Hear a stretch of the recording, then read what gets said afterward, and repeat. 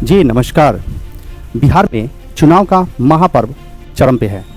तारीख की घोषणा हो चुकी है। सभी दल अपने अपने विधायक को मैदान में उतार चुके हैं। ऐसे में बिहार के अतीत पर, वर्तमान पर और भविष्य पर चर्चा करना महत्वपूर्ण हो जाता है। वैसे तो हमारे बिहार का देश दुनिया में अपना एक अलग ही पहचान है, लेकिन आज़ादी के बाद धीरे धीरे बिहार पिछले राज्य की श्रेणी में प्रथम स्थान पे आ गया है। आखिर हो क्या गया है हमारे बिहार को? किसकी नज़र लग गई है हमारे बिहार को? आखिर बिहार में फैक्ट्री क्यों नहीं खोले जा रहे हैं? क्या कमी है फैक्ट्री खोलने में बिहार में? प्राकृतिक रूप से हम क्यों बिहार को विकास नहीं कर पा रहे हैं? और बिहार के युवाओं को रोजगार के लिए बाहर क्यों जाना पड़ता है? चुनाव के वक्त में इस मुद्दे पर बात करने की क्या ज़रूरत पड़ गई? आइए आज के इस वीडियो में इन्हीं सब महत्वपूर्ण सवाल और जवाब के साथ हम लोग उपलब्ध हैं। अगर वीडियो अच्छा लगे तो शेयर कीजिए ताकि बिहार के हर लोग जान सके कि हमारा बिहार पीछे क्यों रह गया। जिस अखंड भारत की आज हम कल्पना करते हैं, उस अखंड भारत पर एक बिहारी का शासन था।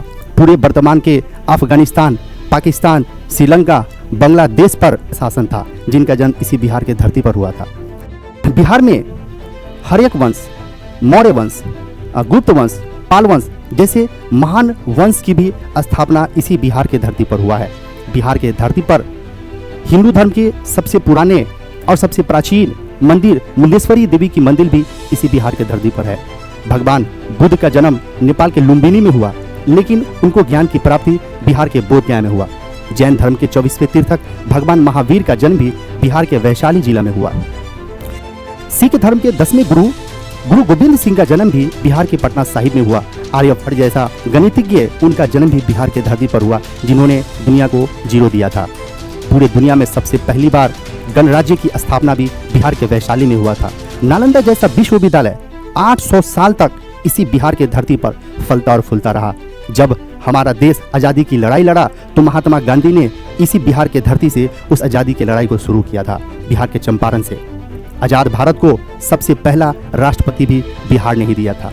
इतने सारे कुछ बिहार में होने के बावजूद भी हम बाकी राज्यों से पीछे क्यों रह गए? आखिर क्या वजह हुआ कि हम बाकी राज्यों से पीछे रह गए? हमारी विकास ठीक से क्यों नहीं हो पाई?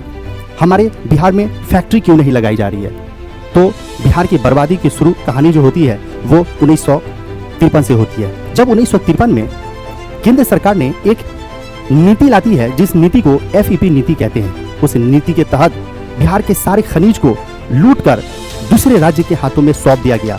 गुजरात, महाराष्ट्र, कर्नाटक, तमिलनाडु, आंध्र प्रदेश, केरला जैसे राज्य के हाथ में सारे खनिज को, बिहार के संपत्ति को दूसरे के हाथ में सौंप दिया जाता है। 1953 से लेकर 1993 तक जब सभी राज्य तेजी से रफ्तार से विकास की ओर जा रहे थे, उस वक्त हमारे बिहार के नेता जाति राजनीतिक से परेशान थे। जाति राजनीतिक में पड़े हुए थे। उन्हें फुर्सत ही नहीं था बिहार में जाति राजनीति करने से। अगर बिहार सरकार चाहते तो केंद्र सरकार से बात करके, कंपनी से बात करके, उस कंपनी से बात करके यहाँ से खनिज को ढोने के बजाय इसी बिहार के धरती पर फैक्ट्री को लगाया जा सकता था। औद्योगिकरण करने का ये इतना बेहतरीन मौका हमारे हाथ से निकल गया, सिर्फ नेताओं के लापरवाही की वजह से। अगर बिहार में उस वक्त औद्योगिकरण हो जाता बड़े पैमाने पे, तो हमारे यहाँ के युवाओं को रोजगार के लिए दूसरे राज्य में नहीं जाना पड़ता। जिस वक्त सारा राज्य तेजी से आगे की ओर बढ़ रहा था, उस वक्त हमारे बिहार के नेता जाति राजनीति कर रहे थे। और हमारे बिहार के लोगों ने भी अपने धर्म के नेता को विधायक बनाना ही अपनी तरक्की और बिहार की तरक्की समझ ली थी। उस वक्त में बिहार के जो मुख्यमंत्री थे वो श्री कृष्णा सिन्हा थे। अंत तो तब हो गया, और बिहार के साथ बुरा तो तब हो गया जब बिहार और झारखंड अलग हो गया। यानी कि एकदम मुख्य रूप से हम लोग, बिहार के लोग बर्बाद हो गए। हमारे यहाँ के खनिज को भी लूटा गया और अंत में हमसे झारखंड को भी अलग कर दिया गया। अब हम लोग बात करते हैं कि आखिर प्राकृतिक आपदाएं की क्या अहम भूमिका है हमारे राज्य के डेवलपमेंट में। तो जैसे कि हम लोग को पता है कि बिहार जो है वो लैंड लॉक्ड राज्य है। लैंड लॉक्ड राज्य वैसे राज्य को कहते हैं जिसका सीमा के चारों तरफ से जमीन और पहाड़ से घिरा हो। हमारे बिहार का एक भी सीमा किसी दूसरे समुद्र से सीमा साझा नहीं करता है। अगर हमारे बिहार का सीमा भी दूसरे समुद्र से अगर सीमा साझा करता तो हम बिहार के लोग बड़े पैमाने पे समुद्री मार्ग से अपने बिहार में व्यापार कर सकते थे। लेकिन हमारे पास खगोलीय वैसा अपॉर्चुनिटी नहीं है। प्राकृतिक आपदा की बात करें तो प्राकृतिक आपदा में हमारे बिहार में कहीं बाढ़ तो कहीं सुखाड़।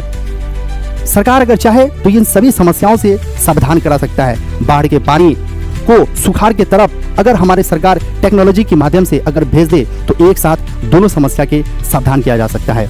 हर साल बिहार में हजारों परिवार बाढ़ और सुखाड़ से पीड़ित होते हैं। कई लोगों की तो जान भी चली जाती है। अंत में उन लोगों को उस जगह से पलायन होना पड़ जाता है।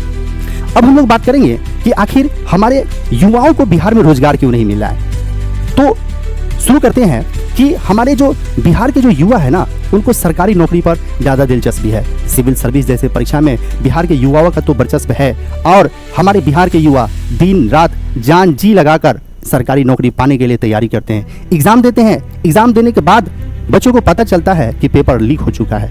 पेपर लीक जैसे गंभीर समस्या से आज तक सरकार ने समस्या का समाधान नहीं किया है। बच्चे का आधा उम्र निकल जाता है। ऐसे में आधा उम्र निकलने के बाद जब जिंदगी के राह में वो पहला कदम रखते हैं तो उनके पास बिजनेस करने के लिए, व्यापार करने के लिए पैसा नहीं होता है। सरकार की तरफ से कोई सुविधा नहीं होता है कि वो बिजनेस और व्यापार कर सके।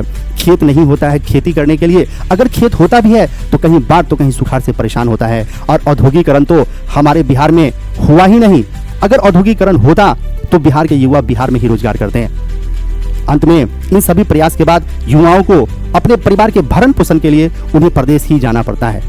आखिर कब तक हमारे युवा ऐसे ही भटकते रहेंगे। कई युवाओं को हमने तन्हाई में रोते हुए देखा है। बिहार के लोगों को देश दुनिया में अब नीच की नज़र से देखा जा रहा है। लोग हमारे खैरियत नहीं हैसियत पूछते हैं।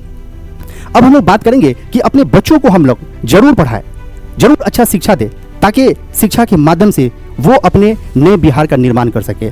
क्योंकि शिक्षा में वो ताकत होता है कि कभी भी वो नया इनकलाब ला सकता है।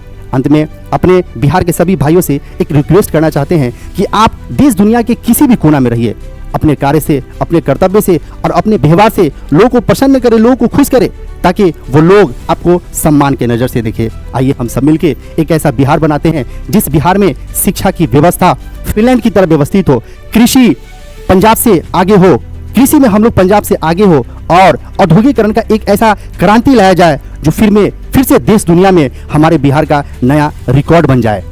सौगंध, हमें इस मिट्टी का बिहार नहीं झुकने देंगे। चोर चुहार नेता को विधायक नहीं बनने देंगे। और जो नेता जाति धर्म से उठकर नए बिहार की बात करेगा, हम सब बिहारी वैसे नेता के साथ रहेंगे। दरिया तेरी खैर नहीं, बूंदों ने बगावत कर दी है। नाता न समझ हम बिहारियों को, बिहारियों ने बगावत कर दी है। और हम बिहार के बेटे हैं, क्यों सोचे राह सरल होगा। आज नहीं तो कल होगा, संघर्ष जरूर सफल होगा। जय हिंद, जय भारत, जय बिहार।